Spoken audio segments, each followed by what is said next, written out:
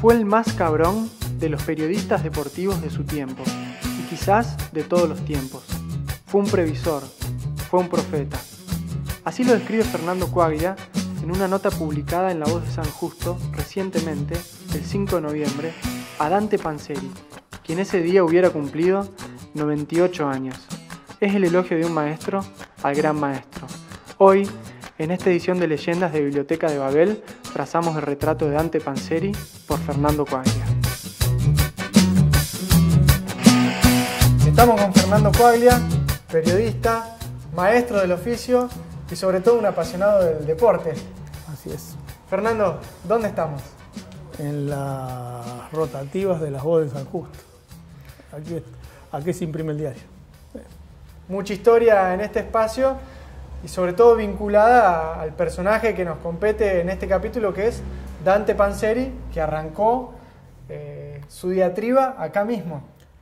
Dante Panzeri, uno de los más importantes periodistas deportivos de la historia de este país, si no el más importante, o por lo menos seguramente el más polémico.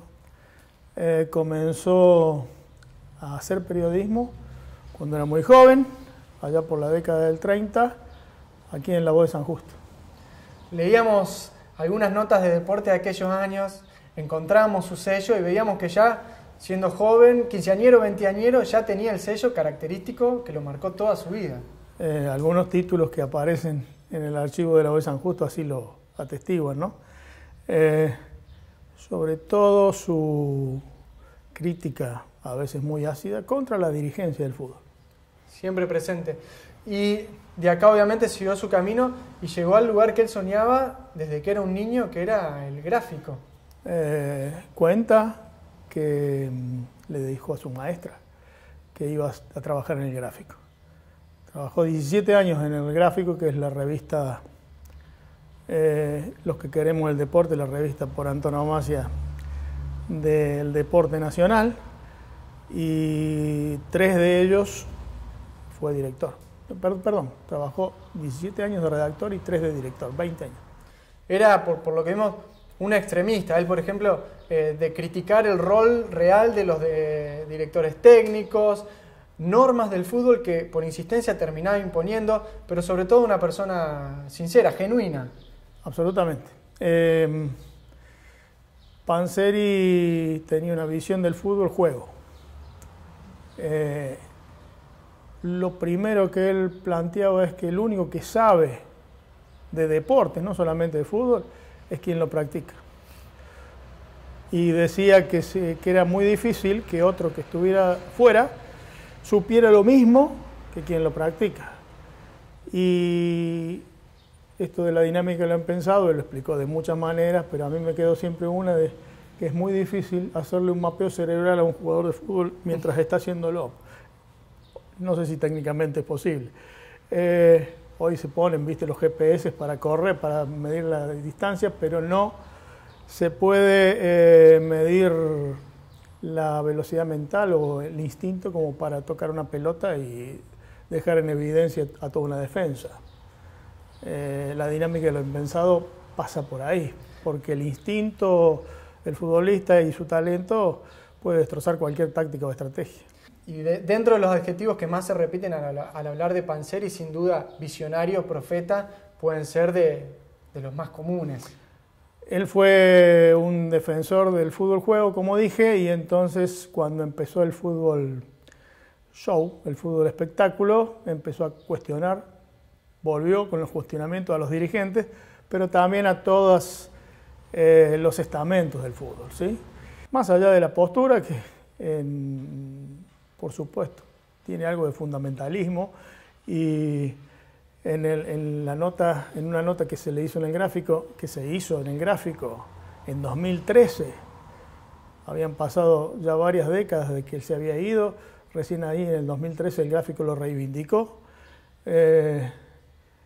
No se trata de defender sus posturas de talibán, dice la nota, pero sí de establecer que él tenía una visión, la defendía con sus argumentos siempre y mantuvo una ética intachable.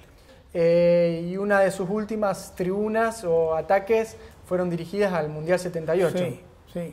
Siguió en muchos medios. El Mundial 78 él pensaba que no debía hacerlo la Argentina, porque la Argentina tenía en ese tiempo, y quizás también, no, quizás no, y hoy también, problemas muchos más serios que resolver antes que gastar un dineral en el Mundial. Fue una de las muy pocas voces que se opusieron al Mundial de Fútbol.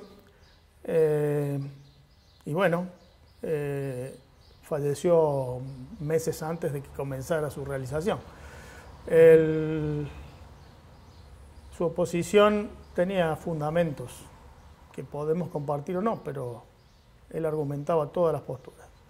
Panzeri fue un periodista muy polémico, fundamentalista, ético. Cuando estudiamos periodismo nos dicen la objetividad no existe. Panzeri es un ejemplo clarísimo de que no existe objetividad,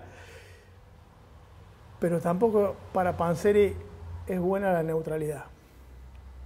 Las cosas que están mal y yo tengo que decirlas, porque el periodismo para él era una suerte de fiscal y no un mero relator de sucesos. Sí. Haciendo un poco de futurología, finalmente, ¿qué podría haber dicho Panzeri de nuestro fútbol hoy con las cosas que se vieron en la AFA, en los barras, tribunas sin hinchas visitantes y demás? Se hubiera hecho un festín de argumentos para cuestionar, pero también hubiera elogiado, estimo, el juego de algunos equipos. Y la pregunta es si a Panzeri le hubiera gustado el Barcelona de Guardiola. Yo creo que sí, pero bueno, no estamos en condiciones de decirlo. Lo que él decía es que cada vez se ponían más defensores y se dejaba de lado el ataque, y entonces de 2-3-5 pasamos al 4-4-3, al 4-4-2 y terminábamos, decía, en algunos mundiales más, en el 10-0.